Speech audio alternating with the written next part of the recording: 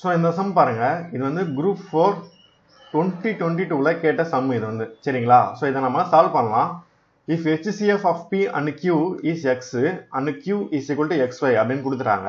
அப்போ find the LCM of P and Q அப்படின்னு கேட்குறாங்க. ஸோ P மற்றும் Q இன் மீப்பெரு பொது வகுத்தி வந்து X அப்படின்னு சொல்லிட்டாங்க. அப்போ Q வந்து XY அப்படின்னு சொல்லிட்டாங்க. அப்போ P மற்றும் Q இன் மீச்சிறு பொது மடங்கு என்ன அப்படின்னு கேட்குறாங்க, சரிங்களா? ஸோ ஒரு ஃபார்முலா இருக்கு, LCM of two numbers into HCF of two numbers is equal to product of two numbers. இது வந்து ஃபார்முலா, சரிங்களா? So product of two numbers.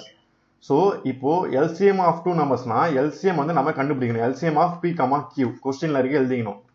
So HCF of two numbersனா HCF of P, Q அதுதான் நம்ம கொஸ்டின்ல கொடுத்துருக்காங்க.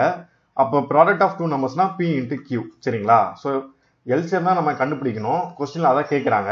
So HCF of P and Qனா என்ன, எக்ஸ்ன்னு கொடுத்துட்டாங்க கொஸ்டின்ல. அப்போ X is equal to P into Q. அப்போ LCM is equal to PQ by X, சரிங்களா?